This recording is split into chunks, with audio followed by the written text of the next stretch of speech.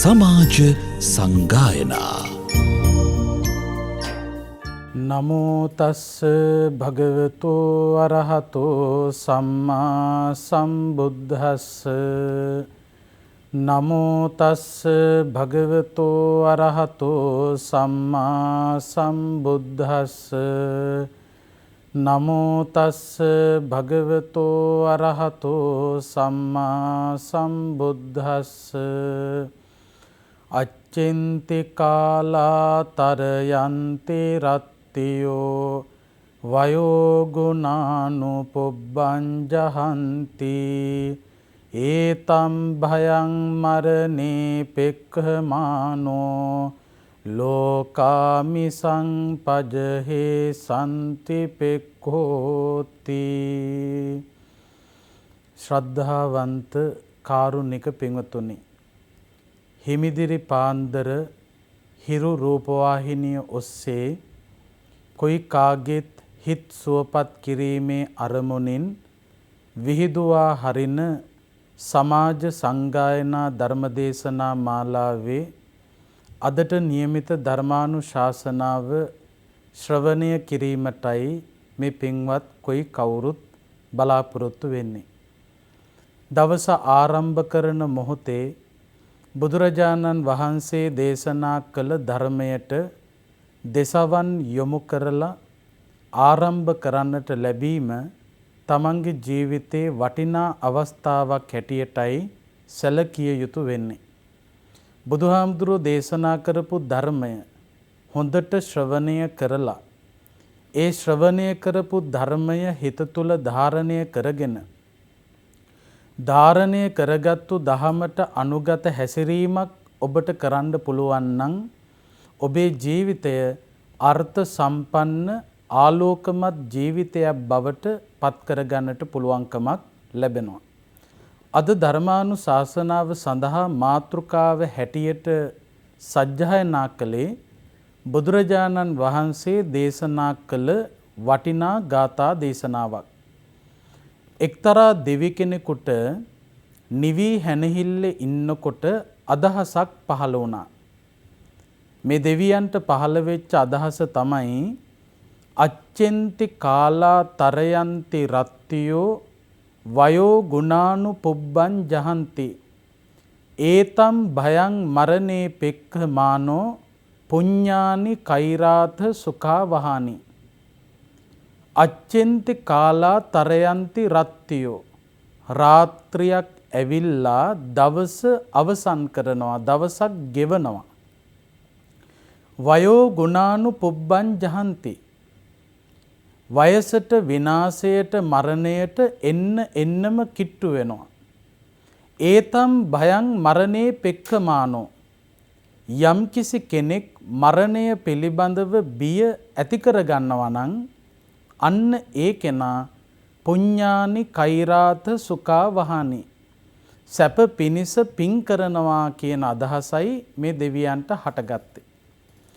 මේ දෙවියෝ කල්පනා කරනවා තමන්ට හටගත්ත මේ අදහස නිවැරදි අදහසක්ද, මට හිතිච්ච දේ හරිද, ඒක දැනගන්න බුදුහාමුදුරුවෝ ළඟට ගිහිල්ලා විමසිය යුතුයි කියලා කල්පනා කරලා මේ දෙවියෝ බුදුහාමුදුරුවෝ හමු වෙන්න පිටත් වුණා.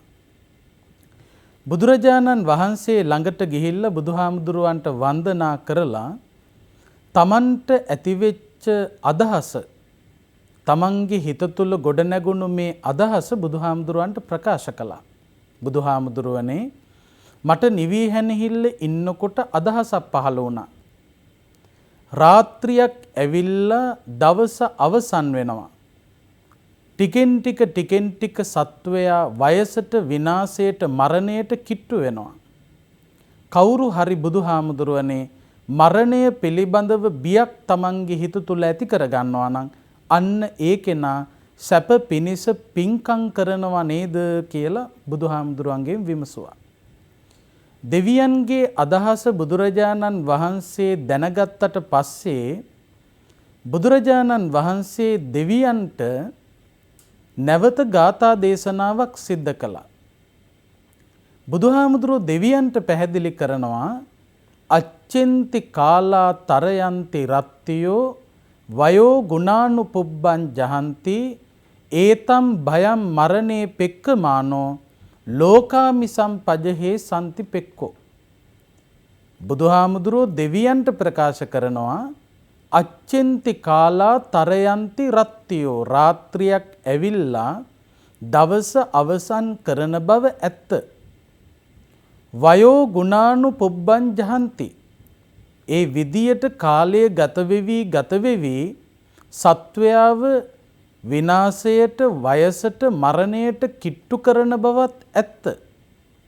ඒතම් භයම් මරණේ පෙක්කමානෝ කවුරු හරි තමන්ගේ හිත තුළ මේ පිළිබඳව කල්පනා කරලා මරණය පිළිබඳව බිය ඇති කර ගන්නවා නම් අන්න ඒ කෙනා ලෝකාමි සම්පජහේ සන්ති පෙක්කෝ තණ්හාව දුරින්ම දුරු කරලා දානවා කියලා බුදුහාමුදුරුවෝ දේශනා කළා. එතකොට දෙවියන්ට හටගත්ත අදහසෙත් බුදුරජාණන් වහන්සේ පැහැදිලි කරපු කාරණාවෙත් සමාන තැන් වගේම අසමාන අවස්ථාත් තිබුණා. මේ ගාථා දෙකක් අපි මෙතනදී පැහැදිලි කරන්න ඕන. දෙවියන්ගේ ගාථාව තමයි අච්චෙන්ති කාලා තරයන්ති රත්තියෝ වයෝගුණානු පුබ්බං ජහන්ති ඒතම් භයම් මරණේ පෙක්කමානෝ පුඤ්ඤානි කෛරාත සුඛා වහානි. දෙවියෝ මරණ බිය ඇති කරගත්ත කෙනා සැප පිණිස පින් කරනවා කියලා අදහසක් ප්‍රකාශ කළා. බුදුහාමුදුරුවෝ දේශනා කරනවා ඒතම් භයම් මරණේ පෙක්කමානෝ ලෝකාමි සම්පජහේ සන්ති පෙක්කෝ. මරණයට බිය තියෙන කෙනා තණ්හාව දුරින්ම දුරු කරනවා කියලා. මේ අදහස් දෙකේ තිබෙන වටිනකම අපි තේරුම් ගන්න ඕන. දැන් බලන්න පින්වත්නි, රාත්‍රියක් ඇවිල්ලා දවසක් අවසන් කරනවා කියන එක අපි කවුරුත් දන්නවා. ඊයේ රාත්‍රිය ඊයේ දවස අවසන් කළා. අද උදෑසන දවස ආරම්භ වෙලා තියෙනවා. අද රාත්‍රියෙන් අද දවසත් අවසන් වෙනවා. මේක තමයි ස්වභාවය. මේක වළක්වන්න, මේක නවත්තන්න කාටවත් පුළුවන්කමක් ලැබෙන්නේ නැහැ. තත්පරයක් පාසා ඉදිරියට ඇදෙනවා. රාත්‍රීන් එනවා, දවස් ගෙවිලා යනවා, සති ගණන්, මාස ගණන්, අවුරුදු ගණන්. ඔබ ඔබේ ජීවිත පිළිබඳව කල්පනා කරලා බලන්න. දැන් ළමා කාලයේ සමහරක් විට ඔබට අහිමි වෙලා ඇති. තරුණ කාලයේ ඔබට අහිමි වෙලා ඇති. ශක්ති සම්පන්න අවස්ථාව ඔබට අහිමි වෙලා ඇති. බුදුහාමුදුරුවෝ අපට දේශනා කළ මේ සත්වයා ජීවන රංගමඩල තුල විවිධ චරිත නිරූපණය කරමින් වාසය කරනවා කියලා. විටක ඔබ ළමෙක්, විටක ඔබ තරුණයෙක්, ජව සම්පන්න, තවත් විටක ඔබ වැඩිහිටියෙක්, වයෝවෘද්ධ කෙනෙක්, දුර්වල ශක්තියක් තියෙන කෙනෙක්, විටක කන් ඇහෙන කෙනෙක්, තවත් කාලයක කන් ඇහෙන්නේ නැති කෙනෙක්, එක කාලයක හොඳට ඇස් පේන කෙනෙක්, තව කාලයක ඇස් නොපෙනෙන කෙනෙක්. මෙන්න මේ විදියට ජීවිතේ විවිධ අවස්ථාවන් අපට හමු වෙනවා. කාලයාගේ ගතවීම සිද්ධ වෙනවත් එක්කම ස්ථිරවම අපට පෙනෙන දේ තමයි එන්න අපි වයෝවෘද්ධ වෙනවා. ජරාවටපත් වෙනවා, වයසට යනවා. වයසට යනවා, ජරාවටපත් වෙනවා, කාලය ගෙවෙනවා කියලා කියන්නේ වෙන මොකක්වත් නෙවෙයි. ඉන්න තියෙන කාලය අඩු වෙනවා. මරණයට අපි කිට්ටු වෙනවා. යම්කිසි කෙනෙක් මෙන්න මේ මරණය පිළිබඳව බිය ඇති කරගන්නවා නම් ඒ කෙනා සැප පිණිස පින් කරනවා කියලා දෙවියන්ගේ අදහසට බුදුහාමුදුරුවෝ වෙනස් අදහසක් ඉදිරිපත් කරනවා. මරණය පිළිබඳව බියක් තියෙන කෙනා සැප පිණිස පින් කරනවා නෙවෙයි. කරනවා නම් කරන්නේ හරියට බය ඇති වුණා නම් තණ්හාව දුරු කරන එක. ඇයි පින්වත්නි එහෙම බුදුහාමුදුරුවෝ දේශනා කළේ? දැන් බලන්න, මරණයට අකමැති කෙනා මේ ජීවිතය ගත කරන ඔබ අප සියලු දෙනාම අකමැති කාරණා තියෙනවා. මේ ලෝකේ අපි කිසිම කෙනෙක් වයසට යන්න කැමති නැහැ. මේ ලෝකේ අපි කිසිම කෙනෙක් ලෙඩ වෙන්න කැමති නැහැ. මේ ලෝකයේ කිසිම කෙනෙක් මැරෙන්න කැමති නැහැ. මැරෙන්න අකමැති නම් මරණය එපා කියන තැන ඉන්නවා නම් අපි මොකක්ද කරන්න ඕන කියන එක බුදුහාමුදුරුවෝ තමයි නිවැරදිව පැහැදිලි කළේ. වයසට යන්න අකමැති නම්, ලෙඩ වෙන්න අකමැති නම්, මේ දුක්වලට මුහුණ දෙන්න, දුක් විඳින්න අකමැති නම් කළ යුතු දේ කුමක්ද කියන එක බුදුහාමුදුරුවෝ පෙන්වනවා. කුමක්ද කළ යුත්තේ? වයසට යන එක, ලෙඩ වෙන එක, මැරෙන එක ඵල නම් ඒ ඵලයන් හටගන්න හේතු වෙච්ච හේතුව නැති කරන්න. මේ හැමෝම දන්නවා බුදුරජාණන් වහන්සේගේ වටිනා විග්‍රහය හේතුඵල දහම. යම්කිසි ඵලයක් එපා නම් ඒ ඵලය නැතිකරන්න, ඒ ඵලය හටගන්න හේතුව අපි හොයාගෙන මෙන්න මේ හේතුව නැති කිරීමයි අත්‍යවශ්‍ය කාරණාව වෙන්නේ. මරණය එපා නම්, මැරෙන්න අකමැති නම් අපි මොකක්ද කරන්න ඕන? මැරෙන්න හේතුව හොයාගන්න ඕන. වයසට යන්න අකමැති නම්, වයසට යන්න බැරි නම් වයසට යන්න හේතුව හොයාගන්න. ලෙඩ වෙන්න අකමැති නම්, ලෙඩ වෙන්න එපා නම් ලෙඩ වෙන්න හේතුව හොයාගන්න. අන්න ඒ හේතුව හොයාගෙන හේතුවට පහර දෙන්න. යම්කිසි කෙනෙක් හේතුවට පහර දෙනවා නම් අන්න ඒ දුර්වල වන, නැතිවන හේතුව නිසා ඵලයන් අහිමි වෙන එක නියත වශයෙන්ම සිද්ධ වෙනවා. ඵලයට කොච්චර ගල් ගැහුවත් වැඩක් වෙන්නේ නැහැ. ඵලයන් කොච්චර ගලවලා අයින් කළත් වැඩක් වෙන්නේ නැහැ. තව තව ඵල හට ගන්නවා හේතුව එහෙම්මම තිබ්බොත්. ඒ නිසා මරණය පිළිබඳව බය ඇති කරගත්ත කෙනා ඉන්නේ හරිනම් ආයේ මරණයක් එපා කියන තැන.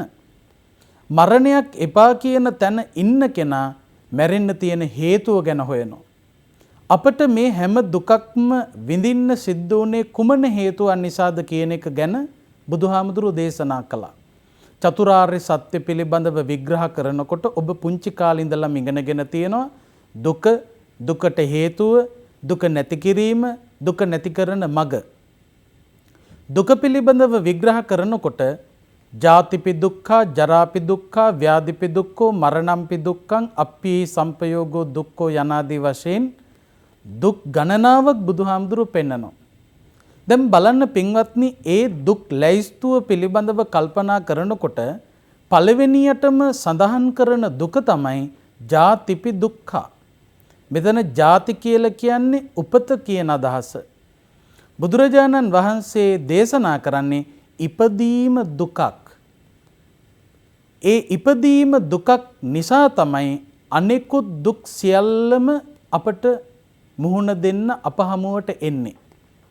ජරාවටපත් වෙන්නේ, ලෙඩ වෙන්නේ, ඒ වගේම විවිධ දුක් විඳින්න වෙන්නේ, අප්‍රිය අයත් එක්ක, නරක මිනිස්සුත් එක්ක, දුෂ්ට මිනිස්සුත් එක්ක සම්බන්ධ වෙන්න වෙන්නේ. ඒ වගේම ප්‍රිය වෙච්ච සත්පුරුෂ, ඔබ ආදරය කරන, ඔබ බැඳිලා ඉන්න අයගෙන් වෙන් වෙලා අඬන්න වෙන්නේ.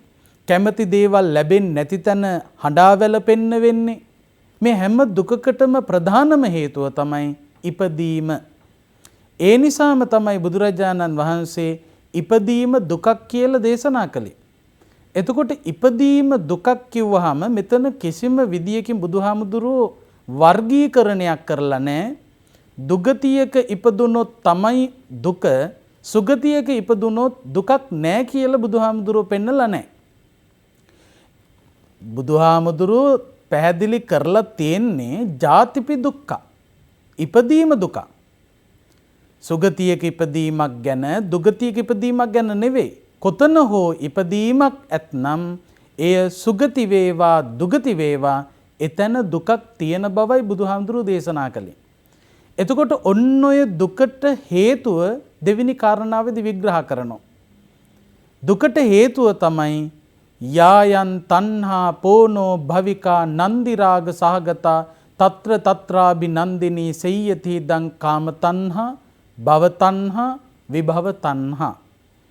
පෝනෝ භවිකා කියලා කියන්නේ පුනර්භවය. යායන් තණ්හා පෝනෝ භවිකා. එතකොට පුනර්භවය කියන්නේ උපත. පුන කියන්නේ නැවත. එතකොට පෝනෝ භවිකා පුනර්භවය, නැවත උපත. ඉපදීමට හේතු වෙන්නේ නැවත උපතකට හේතු වෙන්නේ තණ්හාව. තණ්හාව කොටස් තුනක් තියෙනවා. කාම තණ්හා, භව තණ්හා, විභව තණ්හා. මෙන්න මේ තණ්හාව මුල් කරගෙන තමයි සුගතියක හෝ දුගතියක සුගති දුගති ભેදයක් නැහැ ඉපදෙනවා නම් ඉපදෙන්නේ. සුගති දුගති ભેදයක් නැහැ පින්වත්නි. ඉපදීමක් ඇතනම් ඒ උපදින හැම තැනකම ජරා ව්‍යාධි මරණ ශෝක පරිදේව දුක්ඛ දෝමනස් උපායාස අන්තර්ගතව පවතිනවා. දැන් බලන්න මනුස්ස ලෝකයේ පිළිබඳව කල්පනා කරනකොට දිව්‍ය ලෝක ගැන අපාය ගැන කතා කරනවට වඩා අපට අත්දැකීම් තියෙන මනුස්ස ලෝකයේම උදාහරණයකට ගත්තොත් වටිනවා. මනුස්ස ලෝකයක් කියලා කියන්නේ සුගතියට අයිති තැනක්. මනුස්ස භවයක උපදිනවා කියලා කියන්නේ පෙර පින් ඇති අය උපදින තැනක්. පුබ්බේච කත පුඤ්ඤතා පෙර කරන ලද පිනෙහි විපාක හැටියට තමයි මනුස්ස ලෝකයක උපදින්න පුළුවන්කම ලැබෙන්නේ. දැන් එතකොට පෙර පින නිසා ඉපදිච්ච මනුස්ස ලෝකයේ සුගතියට අයිති වෙච්ච මේ මනුස්ස ලෝකයේ හොඳ වැඩ කරපු නිසා ඉපදුණු මේ හොඳ භවයේ අපි වයසට යන දුක විඳින්නේ නැද්ද? ලෙඩ වෙන දුක අපි විඳින්නේ නැද්ද? අප්‍රිය අයත් එක්ක එක්වීමේ දුක අපි විඳින්නේ නැද්ද? ප්‍රිය අයගෙන් වෙන්වීමේ දුක අපි විඳින්නේ නැද්ද? කැමති දේවල් ලැබෙන්නේ නැති තැන ඇතිවන දුක අපට උරුම වෙලා නැද්ද? එහෙනම් මේ හොඳ භවයක් වුණත් පෙර පින් කළ නිසා උපදින භවයක් වුණත් මනුස්ස භවයේත් එහෙනම් දුක උරුමයි කියන එක අපි තේරුම් ගත යුතුයි.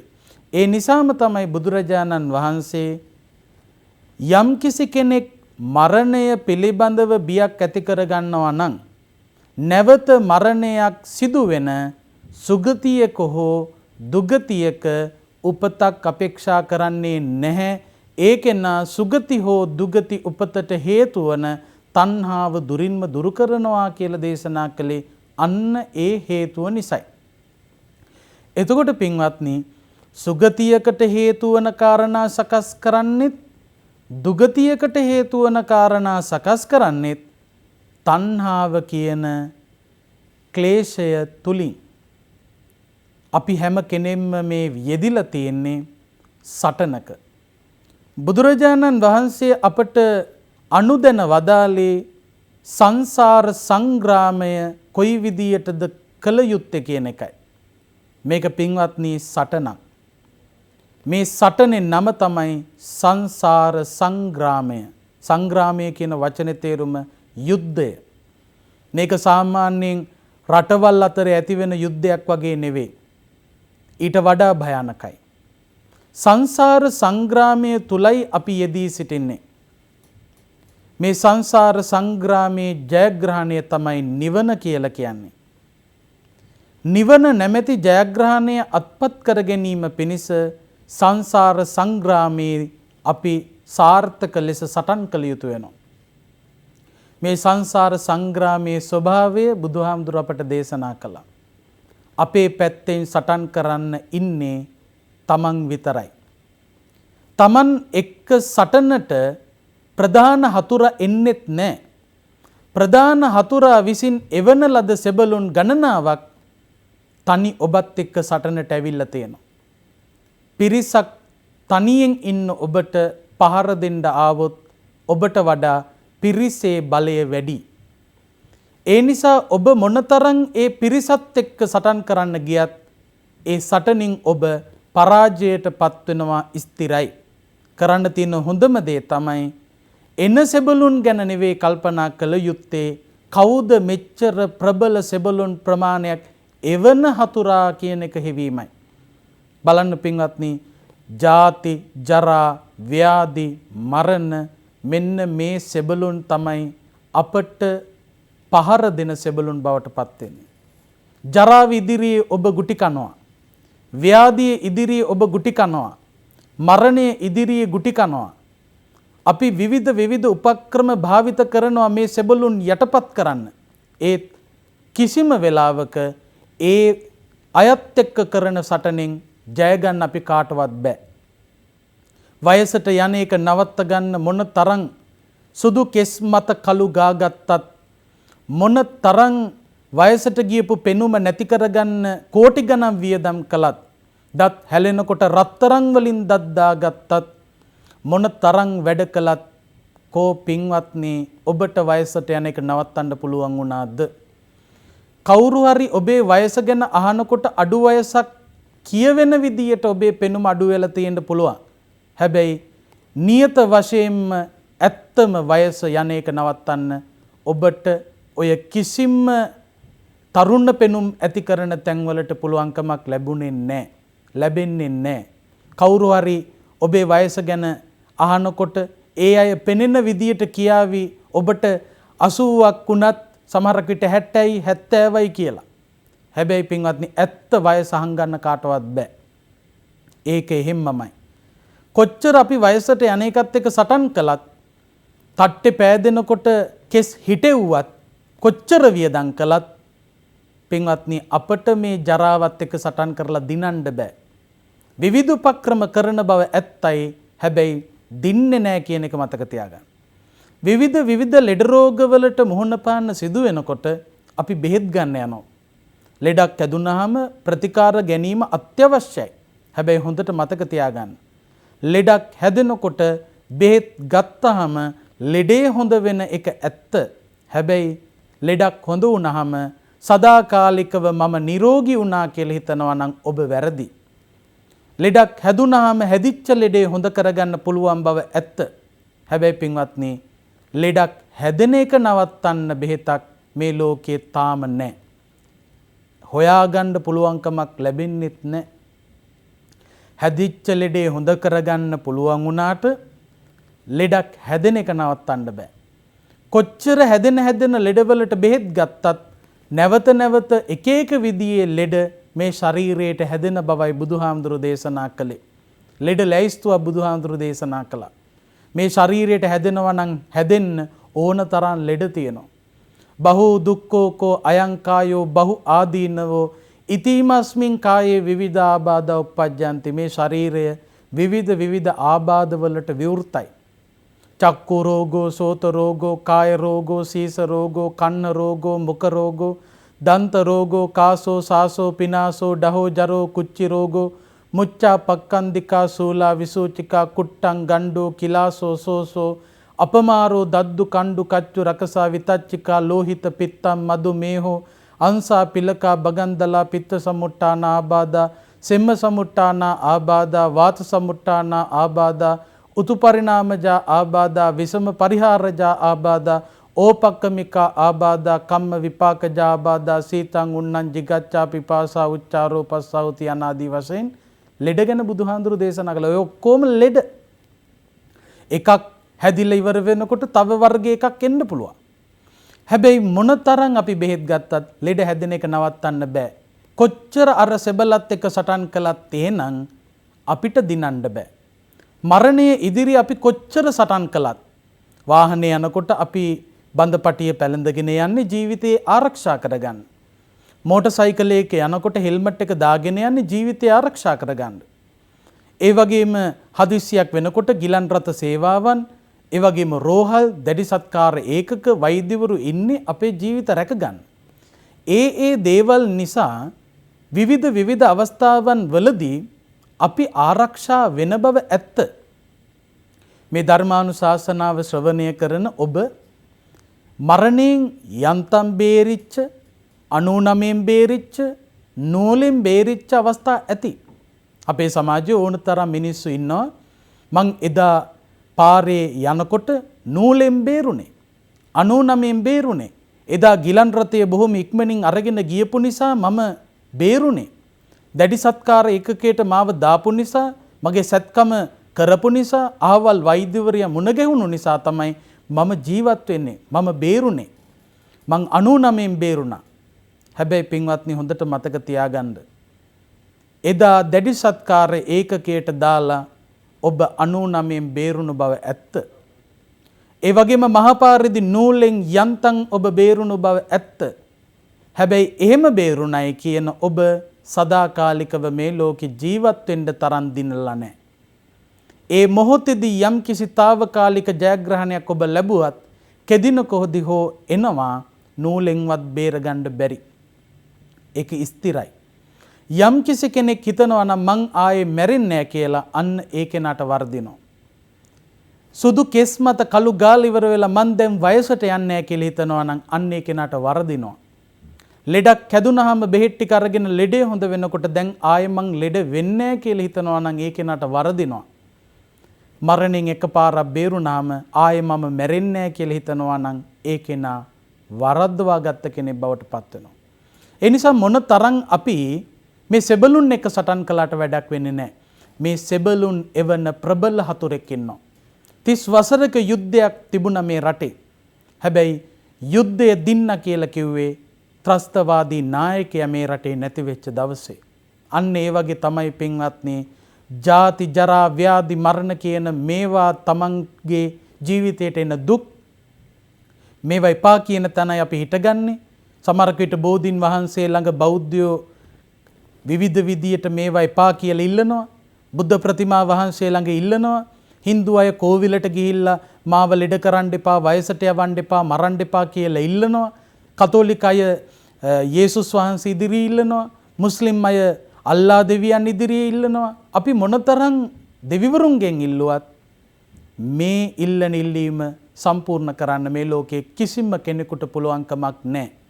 බුදුහාමුදුරුවෝ ඒ නිසයි දේශනා කළේ මේ ජාති ජරා ව්‍යාධි මරණ කියන දුක් නැති කරන්න ඕන නම් ඒ දුක ඔබ වෙත ගෙන එන ප්‍රබල හතුරා හොයාගන්න. ඒ හතුර වෙන කවුරුත් නෙවෙයි තණ්හාව. තණ්හාව කියන ප්‍රබල හතුරා තමයි ඔබට සුගතියක හෝ දුගතියක උපත ලබා දෙන්නේ. දුගතියට හේතු වෙන්නේ කාම තණ්හාව. ඇස කන නාසය දිව ශරීරය කියන ඉන්ද්‍රියන් පිනවන්න හිතාගෙන කරන වැරදි වැඩ නිසා තමයි පාප කර්ම කෙරෙන්නේ. ඒ පාප කර්ම නිසා තමයි දුක් විපාක විඳින්න දුගතිවල ඉපදෙන්නේ. ඒ වගේම තමයි පින්කම් කරන්නේ තණ්හාව නිසාම තමයි. යම් කිසි සුගති භවයක දිව්‍ය ලෝකයක ගිහිල්ලා සැප විඳීමේ අපේක්ෂාව කියන්නේ එතන තණ්හාව.